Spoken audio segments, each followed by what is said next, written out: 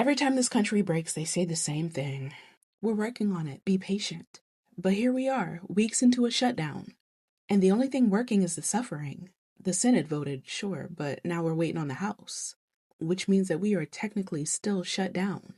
And while they argue on camera, regular people are the ones that are rationing groceries. They're the ones that are skipping doctor visits and figuring out how to survive a system that clearly doesn't give a damn. When the government stops, life doesn't. Federal workers are still showing up unpaid. There are parents that are waiting on SNAP benefits so they can feed their kids.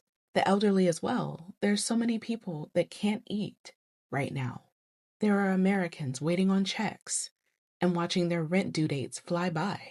And the people responsible are still cashing their checks on time, of course.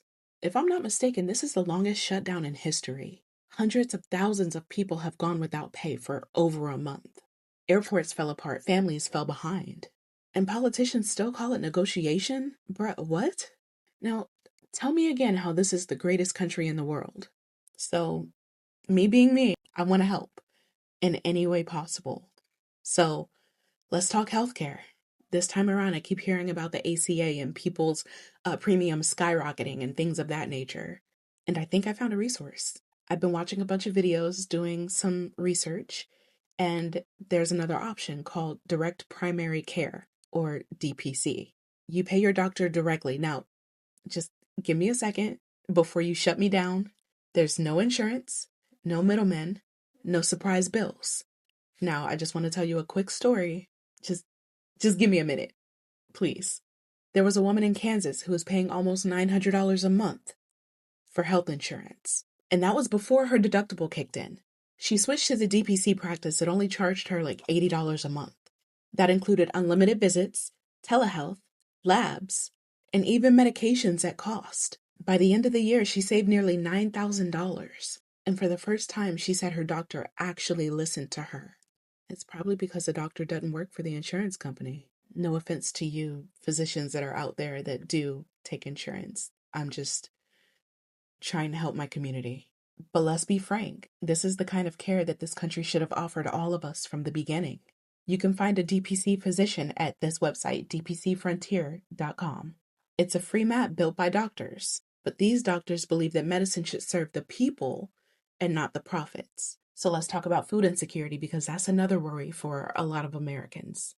I have 3 resources for you. So listen up. There's feedingamerica.org, which is the National Food Bank locator. There's ampleharvest.org, which connects local growers to food pantries. And then I would feel remiss if I didn't say this one.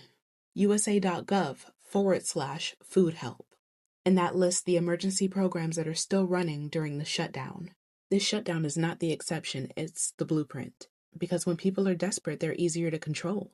You can't strike when you're starving, right? You can't protest when you're one missed paycheck away from eviction. That's what they want you to believe.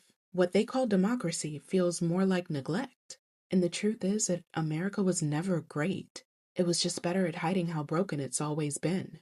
But if you're finding ways to survive, choosing community over chaos, if you're canceling your insurance and finding an affordable doctor who cares, if you're feeding your neighbors when the system won't, that's greatness. Not theirs, but yours. I really want to get this message out there, so spread the word. Send these resources to people that you think would benefit from them.